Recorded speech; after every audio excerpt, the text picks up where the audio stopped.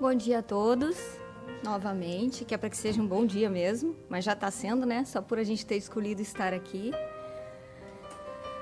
Bom, hoje então a gente vai finalizar essa parte 2 do capítulo 18, que fala que muitos são chamados e poucos os escolhidos. Essa parte trata mais necessariamente dos itens 2 da instrução dos Espíritos, que diz: dar-se-á aquele que tem e reconhece-se o cristão pelas suas obras. Então a gente começa dizendo e lembrando sempre que a gente está sempre falando que Jesus falava por parábolas. E aí a gente pergunta, mas o que é uma parábola, né? É uma narrativa alegórica que transmite uma mensagem indireta por meio de uma comparação, uma analogia. Porque sempre é mais fácil para a gente entender alguma história, alguma situação, quando ela é dada como um exemplo ou quando é feita uma analogia. Está aparecendo uma coisa para mim que não está aparecendo para vocês aqui. Já saiu, beleza. Deu uma confundida aqui, desculpe. Bom, então isso era feito para quê? Para facilitar o entendimento naquela época, porque muitos daqueles que seguiam Jesus não estavam preparados para as lições que o mestre ensinava. Os discípulos muitas vezes precisavam, normalmente Jesus tinha que chamá-los separadamente quando eles perguntavam e explicar o que ele quis dizer com determinada parábola. Imagine então os leigos que apenas queriam ouvir a voz do mestre, queriam seguir o mestre, mas não tinham preparo, não tinham conhecimento para entender o que estava sendo dito. Então, por isso que Jesus falava com parábolas, era como se fosse uma história. Porque qual de nós não lembra das historinhas que os pais contavam quando a gente era criança, né? Elas ficam para sempre. Então, as parábolas eram a mesma coisa, é que nem a história que os pais contam para os filhos, que vai passando de geração em geração. Às vezes, a criança também não entende a historinha, mas fica gravado na cabeça dela, porque são elementos do dia a dia. E a mesma coisa, Jesus, era costume na época parar para ouvir o Cristo, parar para ouvir as histórias, os ensinamentos eram compartilhados dessa forma. Então, Jesus agia da mesma forma. Nós éramos as crianças que estávamos lá e ele, o mestre, o pai, nos contando as historinhas. Por isso que ele falava, então, por parábolas.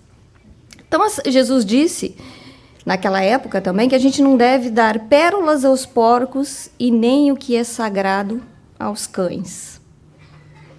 Oh, obrigada, mais um copinho. Deixa aqui. Obrigada. Por que Jesus disse isso? Chegando-se a ele, os discípulos lhe disseram: por que razão lhes falas por parábolas? E ele, o mestre, respondeu: porque a vós, aos discípulos, vos é dado saber os mistérios do reino dos céus, mas a eles não lhes é concedido. O não lhes é concedido não quer dizer que eles foram escolhidos para não entender o que seria falado.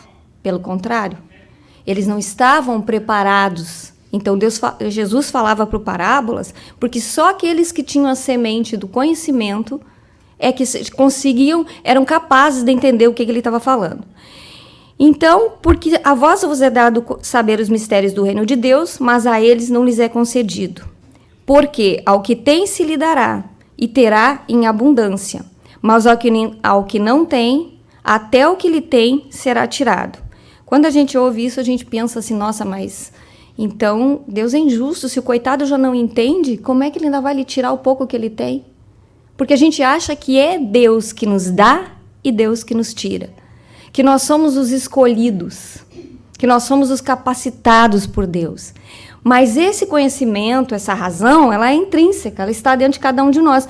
Por isso que o Cristo disse ali atrás: a vós lhes é dado o conhecimento dos mistérios, mas a eles não. Não é que foi dado por Deus ou pelo próprio Cristo, mas é porque alguns de nós, às vezes, não têm o conhecimento. E a gente vê isso de uma maneira bem prática. Quantos que estão aqui já não leram um livro e lá um tempo depois volta? Não precisa nem ser um livro. Normalmente quem faz o evangelho no lar passa por esse processo. A gente está lá, lê aquele pedacinho que nem sempre é o evangelho, às vezes a gente usa uma mensagem, às vezes nós usamos um outro livro. para fazer o nosso evangelho no lar. O que acontece?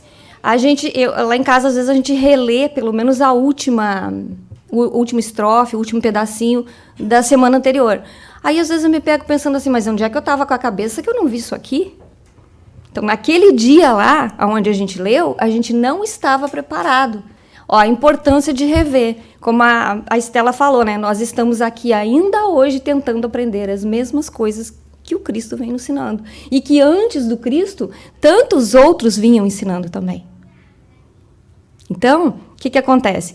A gente, às vezes, lê uma coisa, olha um filme, vê um documentário, passa por uma situação na nossa família, no nosso dia a dia, onde a gente não está preparado para entender o que aquilo quis nos dizer. E aí depois a gente vai lá e olha de novo e tem uma outra compreensão da mesma história. Mas a semente ficou lá plantada. E é o que acontece com as parábolas do Cristo. A sementinha estava lá plantada.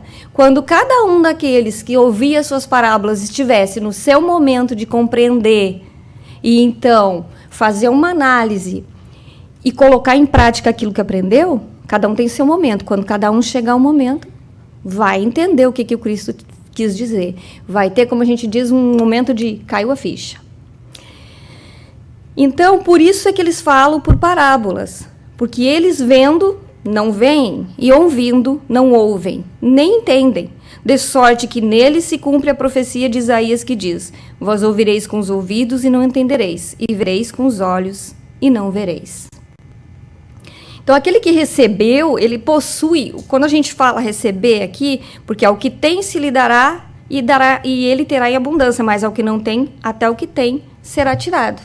Quem é o que recebeu? Se é que a gente pode dizer que recebeu. Quem recebeu, na verdade, é aquele que está pronto para entender e conhecer a semente divina. Ele possui o sentido da semente divina dentro de si. Então, para ele é fácil entender. Pode ser dito, ele pode entender na primeira vez, mas ele pode precisar mais vezes, ele pode precisar que outras pessoas falem com outras palavras o mesmo assunto. Não acontece isso também? A gente não vem aqui para aprender o Evangelho, a gente não vem aqui para partilhar o Evangelho. Cada um de nós, inclusive eu, porque a boca, o ouvido que mais precisa ouvir é aquele que está mais perto da boca. Então, o meu ouvido aqui é o que está mais perto, sou eu que preciso ouvir mais. Sou eu que tenho que entender mais para vir aqui dividir com vocês.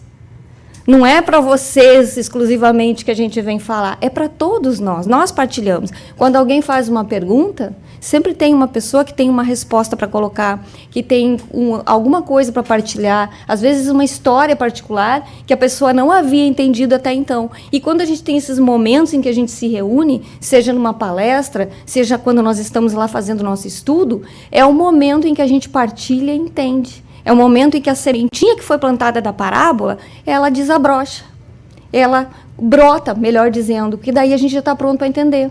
E a gente pensa assim, nossa, quantas vezes eu já ouvi isso, quantas aulas eu já repeti. Muitas vezes a gente se cobra, nossa, mas já é a terceira vez que vou ver essa aula de novo. Não tem mais nada para aprender aqui. Tem. Se está lá, porque tem.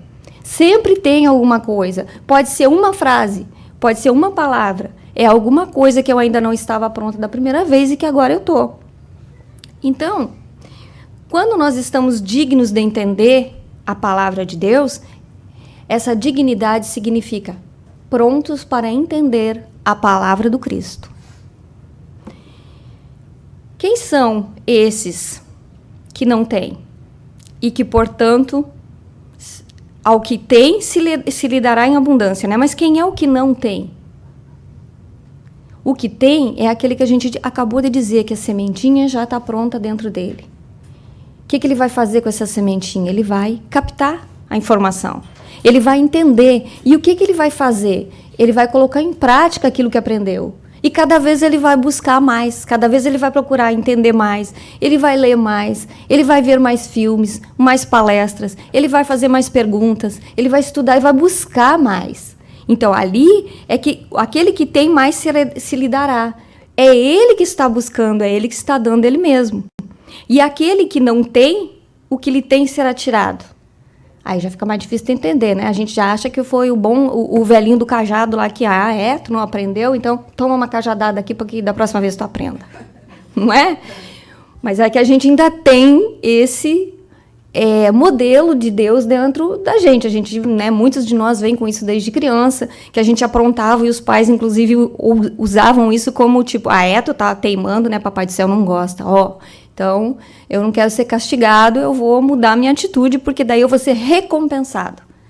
Hoje, nós sabemos que não tem um velhinho sentado lá de barba branca, sentado numa nuvem, né, atirando raios em alguns, e, em compensação, fazendo com que outros, a eles sejam dados e a outros sejam tirados. Somos nós que fazemos isso. Então, aquele que não tem, ou que ele teve a possibilidade de ter um conhecimento, a oportunidade, mas ele ainda não entendeu, ele acrescentou, ele agregou alguma coisa em termos de conhecimento? Não. Então, é isso que o Cristo se refere quando ele diz que se não tem, o pouco que tem será tirado. Porque se nós temos o conhecimento, a possibilidade, a oportunidade, mas não entendemos ainda, porque quando a gente entende, a gente põe em prática. Então, se a gente não entendeu, continua indo lá, na nossa missa, no nosso centro espírita, no nosso centro cabalístico, na mesquita, onde quer que seja, ouvindo as mesmas coisas, semana após semana, mês após mês, ano após ano, mas ainda não mudamos a nossa atitude, nós não temos nada para comemorar, nós não aprendemos nada, eu não acrescentei nada. Agora, se nós, até o pouco que tem será tirado, se eu continuar nesse caminho onde eu não estou conseguindo entender, eu não estou captando, eu não quero ou eu não consigo, vai chegar um momento em que no meio do caminho eu posso, inclusive, desistir. Então, aí é que o será tirado. Não é que foi tirado, eu me retirei. Quantas vezes a gente viu pessoas dizerem assim, parei de ir no centro, eu parei de ir na igreja. Ué, mas por que tu não apareceu mais? Eu senti tua falta. Eu não gostei que o palestrante falou tal coisa lá. Não, o padre disse isso, isso, isso. Eu não gostei que uma mulher que estava lá, ela me disse isso, isso, isso. Mas é pela mulher, é pelo padre, é pelo palestrante? Ou é por cada um de nós? Nós viemos aqui por quê? Pelo outro? É por vocês que eu venho aqui? Eu estou vindo por mim. Eu preciso ouvir aquilo que eu estou falando, eu preciso internalizar. Cada um de vocês vem aqui para me ouvir, para que eu tenha lá 100% de frequência, que conta quantas cadeirinhas tinha gente? Não. Vocês estão vindo aqui por vocês. Cada um de nós vem buscar o nosso caminho. A gente é tão único e tão incomparável que a gente realmente não pode se comparar com como fulano sabe, eu não vou nem lá porque eu me sinto mal, ele sabe tanto. Gente, a gente só tem que se comparar conosco mesmo. Eu tenho que me comparar com quem eu fui ontem. E eu tenho por obrigação, hoje, ser um pouquinho melhor do que eu fui ontem. E amanhã, um pouquinho melhor do que eu estou sendo hoje. Mas eu não vou poder nunca me comparar com nenhum daqueles palestrantes maravilhosos que escrevem livros, que têm obras maravilhosas, que já pisaram nesse palco. Porque eles estão na caminhada deles, cada um de nós tem a nossa mochilinha nas costas e vem carregando ela. E o que eu vou colocando aqui dentro dessa mochilinha é responsabilidade minha, é individual. Então, aí fica explicada essa questão do que muito será tirado. Porque aquela pessoa que ela se retira do ambiente, da vontade de continuar adiante, porque ela não se considera apta, porque ela não está aprendendo, porque ela se compara com outras pessoas. Nós somos todos iguais, temos as mesmas capacidades, agora o tempo é individual. Cada um vai trilhar o seu tempo particular. Então, o Cristo nos deixa sempre, né? Sempre nos dando oportunidades, nos dando... como é que eu vou dizer? Às vezes me falta a palavra. Eles nos mostram os caminhos, ele nos dá os conselhos. E mais do que dar conselhos, Jesus não dava conselhos apenas. A gente usa muito uma palavra, principalmente quem é pai e mãe, né? Que a gente sabe que as crianças aprendem pelo exemplo, não pela palavra. Tanto que a gente tem uma expressão que a gente chama de pregar moral de cuecas, né? Que a pessoa vai lá e fala, mas tu olha na vida íntima, ela faz completamente diferente daquilo. Então, não faça o que eu digo, faça o que eu faço. Ou seja, a pessoa tem o conhecimento do que é certo, mas ela não faz o que é certo. mas ela quer que o outro faça, através do que ela fala para ele. Então, o Cristo ele nos deixa sempre um ensinamento. Muito cuidado com o que a gente aprende, com o que a gente faz com o nosso conhecimento. Tende muito cuidado com o que ouvis, porquanto usarão para convosco da mesma medida de que vos houverdes servido para medir os outros. E aqui a gente mostra, né, o cisco e a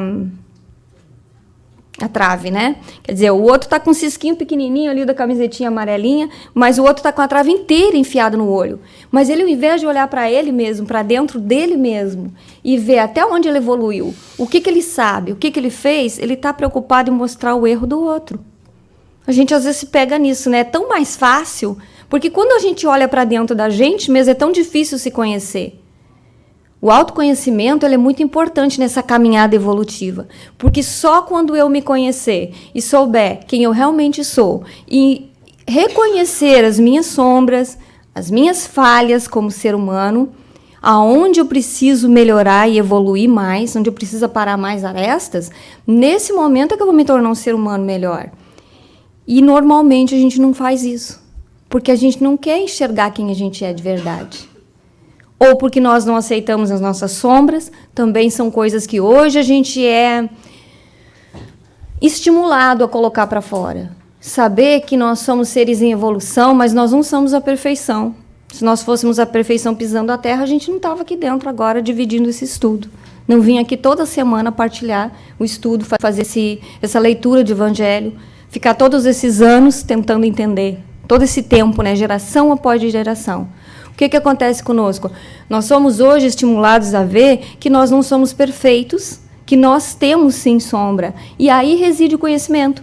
Porque quando eu conhecer quem eu realmente sou e souber onde é que está aquela falha, onde é que está aquele mau hábito, aquele problema que eu não quero enxergar, mas onde eu souber que eu tenho, só assim eu vou mexer nele. Eu vou lá levantar o tapete, né? Vou ver que tem sujeira embaixo, e eu vou sacudir esse tapete, eu vou varrer, eu vou aspirar, eu vou limpar.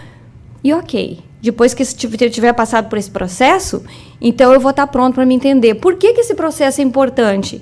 Por que a gente tem que ter cuidado com aquilo que a gente ouve e como a gente julga os outros? Porque o Cristo também sabe que nós somos ainda meio que incapazes de julgar. A gente sabe que não deve, mas a gente julga. Quando não por ações e com as palavras, a gente olha e pensa. Mas olha o quanto a gente evoluiu. Talvez alguns anos nessa mesma encarnação a gente olhava e já dizia, né? Sem filtro. Dizia tudo o que pensava. Por quê? Porque é bonito, eu sou sincera, é bonito ser sincero.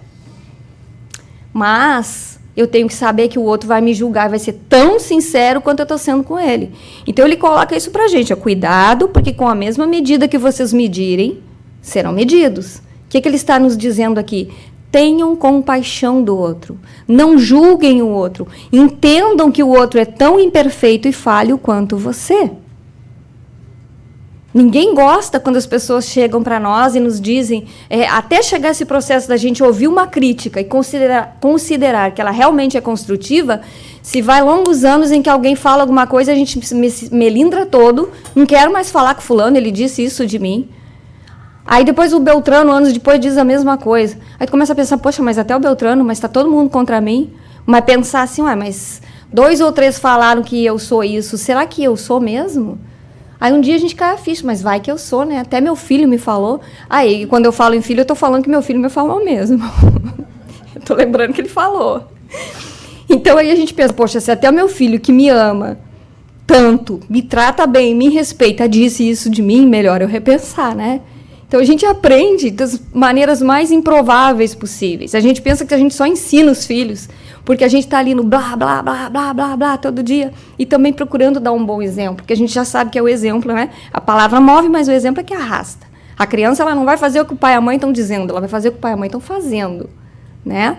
Então, aí, quando eles chegam para nós e dizem, aí a gente, opa, vamos pensar aqui, vamos respirar um pouquinho. Então, tá, né? Então, ele está dizendo que eu sou isso.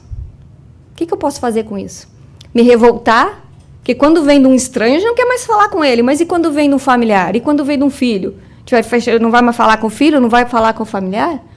Não, vamos pensar. Será que eu não sou assim mesmo? fulano lá, anos atrás, dizia que eu era assim e tal. Então a gente começa a entender. E o que a gente faz com isso? Se perdoa. Porque é fácil perdoar o outro, né? É fácil julgar, mas também é mais... não é que seja fácil perdoar o outro. Na verdade, é mais fácil compreender o outro. Mas a gente, muitas vezes, não se perdoa pelos erros que cometeu. Então, por esse motivo, a gente tem que entender. Todos nós somos falhos. Vamos agir com calma quando a gente estiver se referindo ao outro. Não vamos julgar com tanta veemência, porque eu vou ser julgado do mesmo jeito, né? Bom, Cristo dizia que é pelas suas obras que se conhece o cristão. E aí tinha aquela palavra, né? Sou cristão. Bastará dizer sou cristão? Bastará dizer Senhor, Senhor, e todos entraremos no reino dos céus? Para começo de conversa, o reino dos céus, na verdade, não é um céu. A gente não vai abrir uma portinha, uma escadinha e vai subir. Ó, tô indo, fui. Ou o elevador, né? Hoje a gente já tem elevador, é mais moderno, né? Precisa caminhar mais, não. Na verdade, o reino dos céus, ele está dentro de nós. É a nossa paz.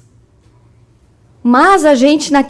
por que isso é uma parábola também? Por que fala dessa maneira um pouco infantil? Porque quando que a gente imaginaria, se hoje ainda é difícil imaginar que o reino de Deus está dentro de cada um de nós, que Deus está dentro de cada um de nós, que Deus está naquela planta que está lá na rua, no ar que a gente respira. Imagine em épocas remotas, onde era complicado falar para as pessoas e elas entenderem. Então, eles pensavam que a gente, naquele tempo, pensava o quê? Que realmente existia um reino dos céus. Mas também pensava que era fácil, que bastava dizer assim, ó, Senhor, Senhor, né? E aqui estou e eu quero entrar no reino dos céus. Não. Não basta dizer Senhor, Senhor. Se a gente falar em termos mais infantis, para que se entendessem como era naquela época, é como se estivesse na portinha do São Pedro, como a gente gosta de mostrar nas historinhas, né? Ok, vamos ver lá, fulana de tal. O que foi que tu fez enquanto esteve encarnada? Os anos que te foram dados. O que tu fez? Vamos lá. Vamos colocar. E ele vai ticando ali. Ah, tá, ok, tu deu esmola. Muito bem. O que mais que tu fez? Serviu comida. Ok. Mas não é assim que a coisa acontece. Infelizmente não é assim, ou felizmente, né, graças a Deus não é assim. Então, não todos aqueles que dizem Senhor, Senhor, entrarão no reino dos céus. Mas quem é que vai entrar? Aqueles que fizerem a vontade de meu Pai que está no céu. Ok, e qual é a vontade do Pai que está no céu? Aí a gente já pensa, né, mas o que será que Ele quer de nós, né? Porque todos nós queremos colher, e o nosso maior erro resiste em querer colher o que nós não plantamos. Que é o que acontece com aquele que grita, Senhor, Senhor. Plantou? Vamos olhar aqui na listinha, vamos ticar aqui. Não? Então, peraí, vamos conversar, porque a plantação, o campo, a lavoura foi dada. A semente também foi plantada. Quem foi que plantou? Quem foi que regou? Quem foi que adubou? Quem foi que foi arrancar a sujeirinha lá, o weed, a semente ruim que estava lá para separar, né? Quem foi que quem foi que cortou lá o joio, separou para que o trigo nascesse forte, bonito, e depois foi lá e colheu? Quem que tem direito de colher esse trigo no final? Quem plantou, né? Quem plantou, quem cuidou, quem arou a terra. Então, não basta... a gente achar que simplesmente eu mudei, me arrependo. É importante se arrepender de coisas erradas? É claro que é. É a mesma história do autoconhecer-se, porque se eu não me arrepender do que fiz, eu estou parada ainda no tempo. Então, eu preciso primeiro reconhecer que fiz algumas coisas que não foram muito boas, muito legais, mas eu também preciso fazer o quê? Eu tenho que consertar aquilo ali que não ficou bem feito, né? Então, é pelas obras que se conhece o cristão. A lavoura foi dada.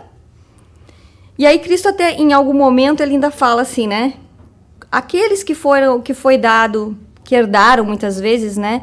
E ele falava de uma maneira, vamos dizer assim, como se fosse físico. O pai que tinha campos, que tinha lavouras e deixa para o seu filho. E o filho, acostumado que quem lavrava, que quem plantava, que quem colocava o adubo e quem colhia, e depois dividia com a família, era o pai.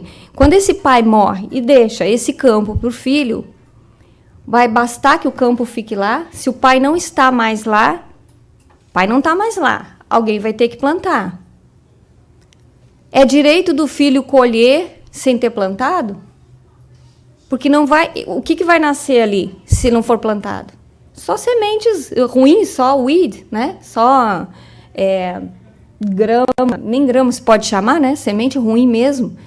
Então, de quem seria a culpa? Esse é o filho que quer colher sem ter plantado. Esse é aquele que muito lhe foi, que não tinha e ainda lhe foi tirado.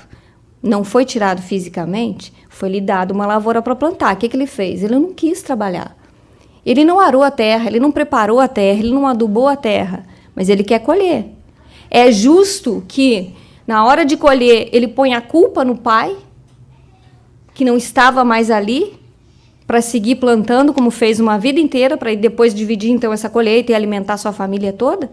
É justo do pai, do filho, que reclama que o pai não fez o que tinha que ser feito?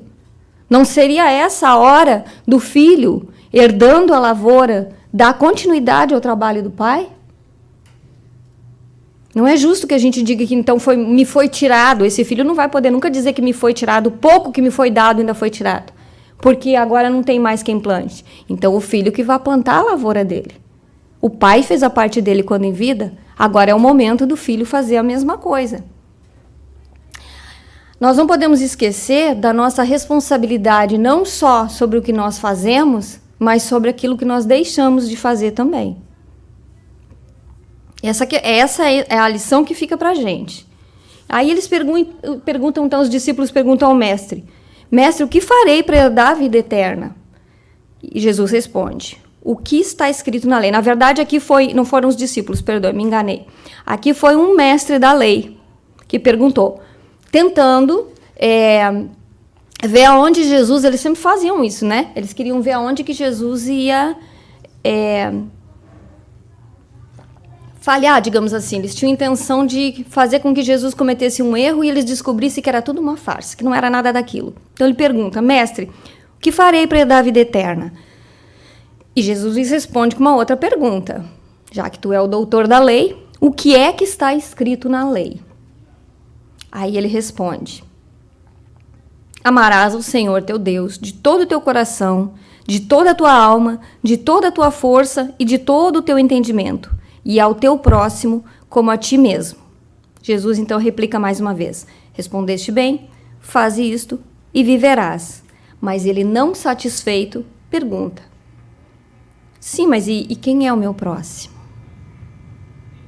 Tipo assim, e agora? Quem é que é o meu próximo? Vamos ver o que ele vai dizer para mim, né? E aí, o que Jesus diz? Lembram da parábola do bom samaritano? É nesse momento que Jesus entra com essa outra parábola e começa a dizer o seguinte, né? A gente conhece mais ou menos a história, só para não entrar em detalhes, mas um homem que ia descendo pela estrada, aquelas estradas, elas eram cheias de morros dos lados, onde era possível uma pessoa ser pega numa emboscada. Então, elas eram muito perigosas, certas estradas, durante a noite.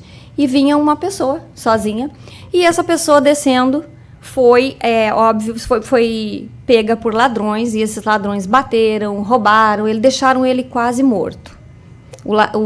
A pessoa que a gente nunca soube, né? Como era uma parábola, a gente nunca soube quem era a pessoa. E não vem ao caso quem era a pessoa, mas o estado em que a pessoa foi colocada.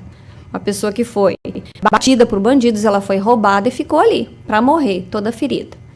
O que acontece? Desce primeiro o sacerdote. Esse era o primeiro que deveria, só pelo nome, né?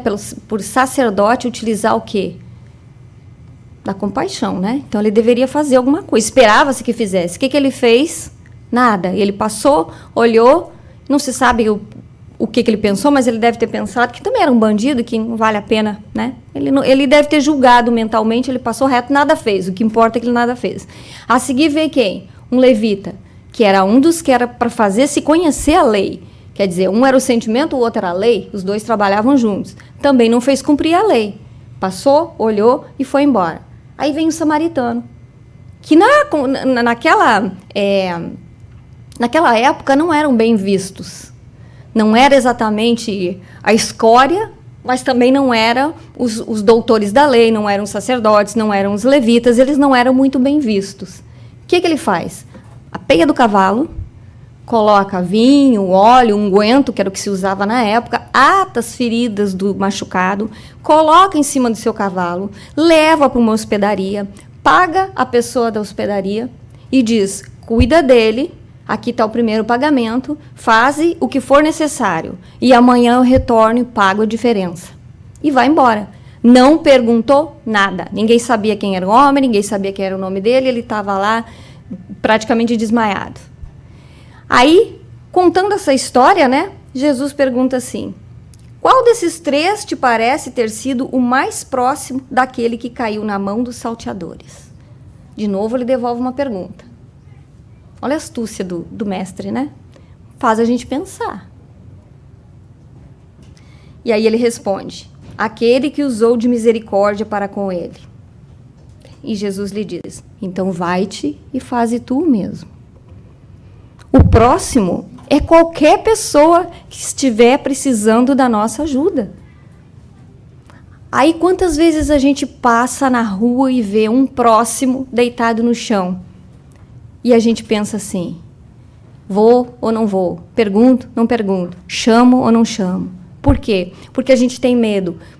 Na atualidade, a gente tem medo dos rótulos que possam nos colocar.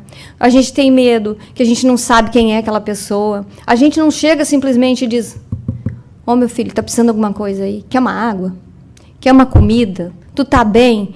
Imagine vocês que na minha cidade uma pessoa ficou sentada na frente da Câmara de Vereadores por 24 horas, morto, e ninguém percebeu. Porque ninguém chegou para bater no ombro dele. As pessoas passavam para um lado, passavam para o outro, e viam a pessoa sentada desse jeito assim. Ah, é bêbado, tá podre de bêbado, ou tá drogado, né? Quer dizer, a gente está julgando e passa reto. E o nosso próximo ali. Até que alguém finalmente resolveu ir lá e cutucar a criatura e viu que já estava duro, gelado, e estava morto. Há mais de 24 horas. Então, vejam só, como a Estela disse no início, desde aquela época a gente ainda vem tentando entender. A gente não ajuda a pessoa sem antes pensar, mas e se ele vem atrás de mim depois? Mas e se eu levo para dentro da minha casa? E se é um bandido?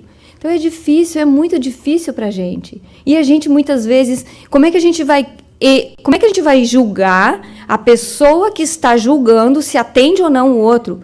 Porque quantos casos a gente também já viu de pessoas que vão, às vezes, pegar uma pessoa estranha na rua, levar para dentro da sua casa e socorrer, e muitas vezes são recompensados com o quê? Com o mal. Então, a lição aqui é nunca julgar. Se nós nos acharmos capacitados de atender alguém sem julgamento, que a gente assim o faça. Mas nunca julgar o outro porque fez ou porque não fez. Porque o julgamento não cabe realmente aqui.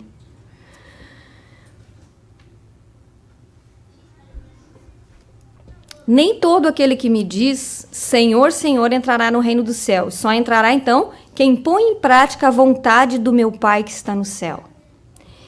Aqui a gente vê aqui no slide anterior, o filho que eventualmente reclama e põe a culpa no pai por não ter colhido, a ideia dele é a lei do menor esforço. Que a gente continua fazendo valer essa lei até hoje. A gente quer que as coisas cheguem até nós, mas se a gente tiver que sair, se o centro está muito longe, se a sinagoga está muito longe, se a igreja está muito longe, eu já penso, mas será que eu vou? É tão longe, minha vida é tão corrida, aí eu vou gastar tanto tempo dirigindo até lá, daí depois eu vou ficar 1 hora, daí depois eu vou... não, isso dá tempo de eu... eu vou sentar no Netflix que é melhor. E aí a gente vai achando que através da lei do menor esforço, nós vamos chegar onde nós queremos. Até que se eu for para o Netflix olhar um filme legal, instrutivo, tá valendo também. Tem muito filme bacana, muito filme que é instrutivo no Netflix, muita coisa espiritual para que a gente possa aprender também. Quando eu estou falando isso, eu estou brincando, tá? Eu não estou falando contra o Netflix, que eu olho também, tá? Então, o que nós não podemos é achar que o conhecimento da lei é suficiente. Aí vocês podem pensar assim, então não precisa conhecimento da lei? Precisa a gente aprender mais, não? Claro que precisa. Porque a lei faz parte. Se eu não entender a lei primeiro, como é que eu vou fazer valer a lei se eu não entendo a lei? Eu preciso sim entender. Esse é o primeiro passo. Entender a lei. Aí depois, sim, eu tenho que botar em prática qual a outra lei? A lei do trabalho. Não adianta nada eu vir aqui, ler partilhar, achar tudo bonito, mas na primeira oportunidade, quando eu sair ali na rua e que a oportunidade vai aparecer, eu também passo reto por ela e não faço a minha parte. Então, não vamos nos valer da lei do menor esforço, porque a lei do menor esforço vai me deixar no menor lugar. Eu quero ir para adiante, eu quero crescer. Então, eu preciso me mexer. Eu tenho que ir adiante. Porque o que importa, né? E aí Jesus fala do sepulcro caiado, né? Não me adianta nada, o sepulcro nada mais é do que lindo por fora, mas podre por dentro. Não adianta eu estar em qualquer lugar mostrando, querendo mostrar. Se o meu objetivo é mostrar para o outro, eu estou lá muito bem vestida, muito bem, sentada na frente de todo mundo, numa posição com as mãos bonitinhas, eu estou aqui rezando, né? Que nem a história do fariseu e do... Ixi, me esqueci agora o nome do outro, né? Que a gente dizia assim, qual que vale mais? Aquele que está lá orando na praça pública, com as roupas lindas e maravilhosas, com as mãos postas, ou então com as mãos para o céu, ou é aquele que humildemente se prostra e diz, Senhor, eu sou falho, eu errei, eu tenho culpas, eu não fiz o que deveria. É aquele que leva o coração limpo. Mesmo que não esteja limpo do pecado, mas ele está limpo do sentimento. Porque o que nos une a Deus é o que vai dentro do coração. É quando a gente fala com sinceridade, não é para mostrar para o outro. É por isso que Jesus dizia que aonde 2 ou mais estiverem reunidos em meu nome, ali estará a minha igreja. Não é necessário ir na igreja linda, maravilhosa e sentar lá e fazer poses para mostrar que eu aqui estou, quando dentro da minha casa, muitas vezes, eu não consigo lidar com os parentes, com os filhos, com o vizinho. Não me adianta nada se for assim. Não vamos ser os sepulcros caiados, né? Não adianta, porque Deus não vai olhar para nós por fora. Nós podemos enganar uns aos outros, mas os espíritos conseguem saber quem nós somos. Eles conseguem ler a nossa energia, eles conseguem saber. E Deus e Jesus, então, nem se fala.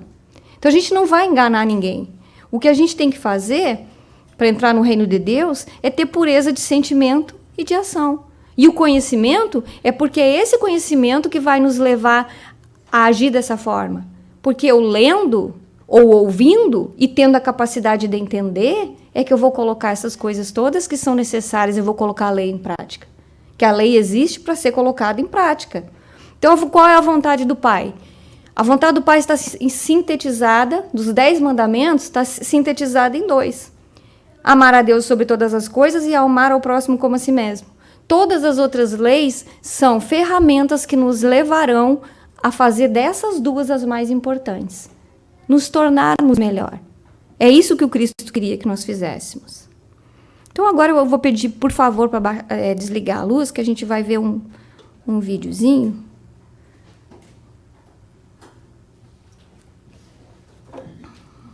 Reconhece-se o cristão pelas suas obras.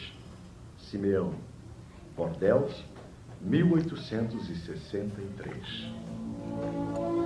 Nem todos os que me dizem Senhor, Senhor, entrarão no reino dos céus, mas somente o que faz a vontade de meu Pai que está nos céus. Escutai estas palavras do Mestre, todos vós que repelis a doutrina espírita como obra do demônio. Abri os vossos ouvidos, pois chegou o momento de ouvir. Será suficiente trazer a libré do Senhor para ser um fiel servidor? Será bastante dizer, sou cristão, para seguir o Cristo?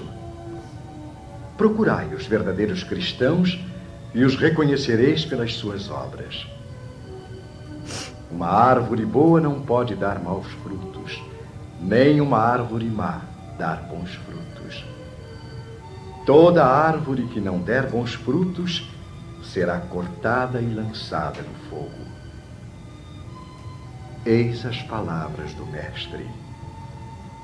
Discípulos do Cristo, compreendei-as bem. Quais os frutos que a árvore do cristianismo deve dar? Árvore possante, cujos ramos frondosos cobrem com a sua sombra uma parte do mundo, mas ainda não abrigaram a todos os que devem reunir-se em seu redor. Os frutos da árvore da vida são frutos de vida, de esperança e de fé. cristianismo, como vem fazendo desde muitos séculos, prega sempre essas divinas virtudes, procurando distribuir os seus frutos. Mas quão poucos os colhem. A árvore é sempre boa, mas os jardineiros são maus. Quiseram moldá-la segundo as suas ideias, modelá-la de acordo com as suas conveniências. Para isso a cortaram, diminuíram, mutilaram. Seus ramos estéreis já não produzem maus frutos, pois nada mais produzem. O viajor sedento, que se acolhe à sua sombra, procurando o fruto de esperança que lhe deve dar força e coragem, encontra apenas os ramos adustos, pressagiando mau tempo. É em vão que busca o fruto de vida na árvore da vida. As folhas tombam secas aos seus pés. As mãos do homem tanto as trabalharam que acabaram por crestá-las. Abri, pois, vossos ouvidos e vossos corações, meus bem-amados. Cultivai esta árvore da vida, cujos frutos proporcionam a vida eterna. Aquele que a plantou vos convida a cuidá-la com amor, que ainda havereis dar com abundância os seus frutos divinos. Deixai-a assim como o Cristo vo-la deu. Não a mutileis. Sua sombra imensa quer estender-se por todo o universo. Não lhe corteis a ramagem.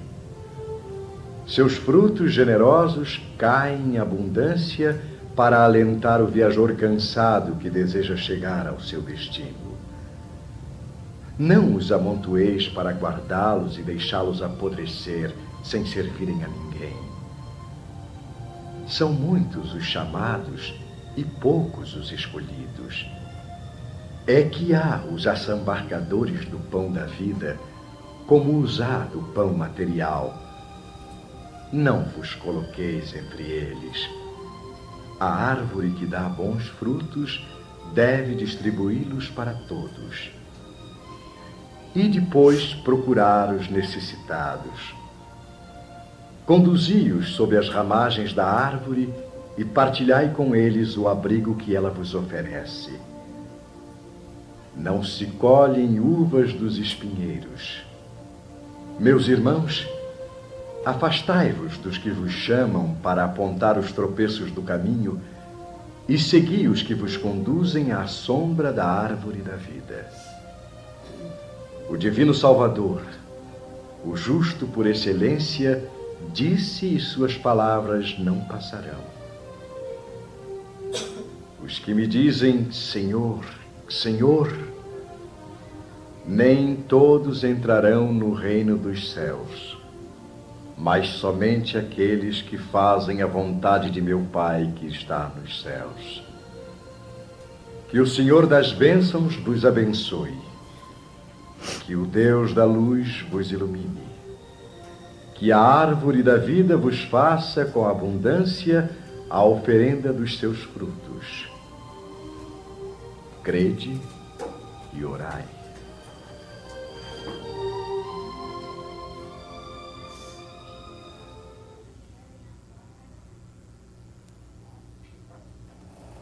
Obrigada, Beth. Bem na hora, just in time. Então, quem ler e entender o Evangelho, em espírito e verdade, encontrará nele Deus e o céu, os anjos e o próprio paraíso. Tudo a nós. Os frutos benfazejos caem abundantes para alimentar o viajor faminto que deseja chegar ao termo da jornada. Não amontoeis esses frutos para os armazenar e deixar apodrecer. Nessa parte, ele nos diz, dividam. Não precisa que se juntem muito na mão de uns, quando a gente pode dividir com os outros, a fim de que a ninguém sirvam. Se eles apodrecerem, para ninguém vai servir. E esses frutos, que a gente entenda como sendo material ou também espiritual. O bem que se faz ao outro, nem sempre com uma doação em dinheiro ou material, mas muitas vezes aquele amor, aquele acolhimento que a gente dá para o outro na hora da necessidade. A árvore da vida em si, ela é o quê? O campo a ser semeado e o caminho de evolução que cada ser humano precisa trilhar em direção à perfeição. Esse caminho, ele tem por objetivo, nos tornar melhores. Nós somos os jardineiros que precisam podar a árvore, aguar, adubar. Então, quando essa árvore der os frutos, nós assim poderemos colher e nos alimentar com ele, e descansar à sombra da árvore frondosa que a todos acolhe, que nada mais é do que a casa do Pai. Entender o Evangelho é situá-lo em nossa vida íntima. E assim a gente termina o nosso estudo de hoje. Muito obrigada, eu fiquei muito feliz de compartilhar com vocês, espero que vocês tenham gostado também. Obrigada.